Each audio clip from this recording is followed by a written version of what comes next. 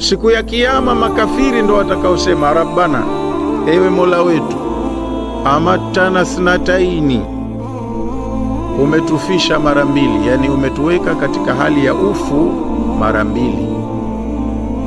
Wa ahyaitana snataini, na umetuweka katika hali ya uhai mara mbili. Ndo hizo mara mbili tu, hakuna zaidi. Faatarafna bidhunubina, tunakiri makosa yetu, tumekukosea Mola wetu.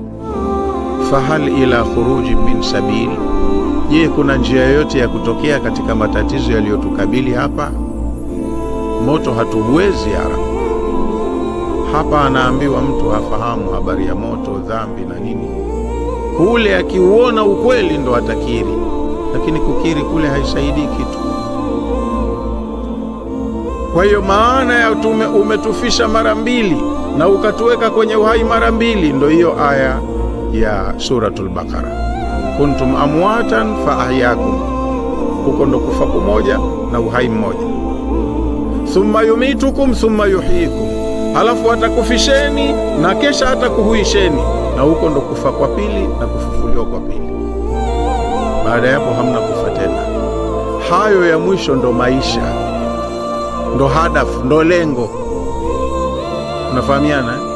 Maisha hasa ya binadamu ni hayo yatakayokuja baada ya kuondoka hapa duniani. Hayo ndo maisha. Wamesema wanawachuoni, khuliqa al-insanu lil-abadi, mwanadamu once akishaumbwa tu, huyu ndo yuko milele.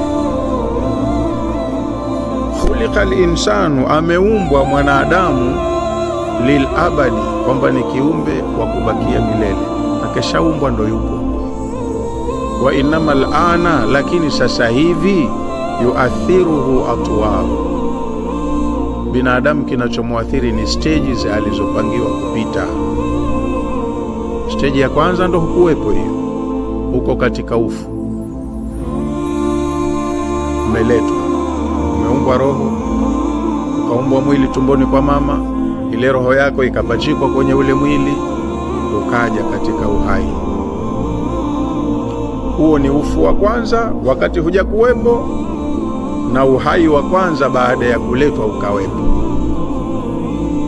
Ndo wewe na mie, hatukuwepo, tumeletwa. Sasa hivi tupo, tushapita kwenye ufu mara moja, na kwenye uhai ndo tupo hapa, uhai wa kwanza. Hapa tunaenda, siku dakika zinahesabiwa. Siku ikifika muda wako 0, maana kama una 100 ndo inaanza 100, 99, 98, 97, unashuka chini. Wewe unaona unaenda, umri unapanda, ndo unashuka huko. Siku zako ulizopangiwa kuishi hapa zikisha, ndo unaondoka. Inakuja kifo hicho cha pili, na unasubiri uhai wa pili baada ya kufufuliwa. Huo ndo uhai uliolengwa.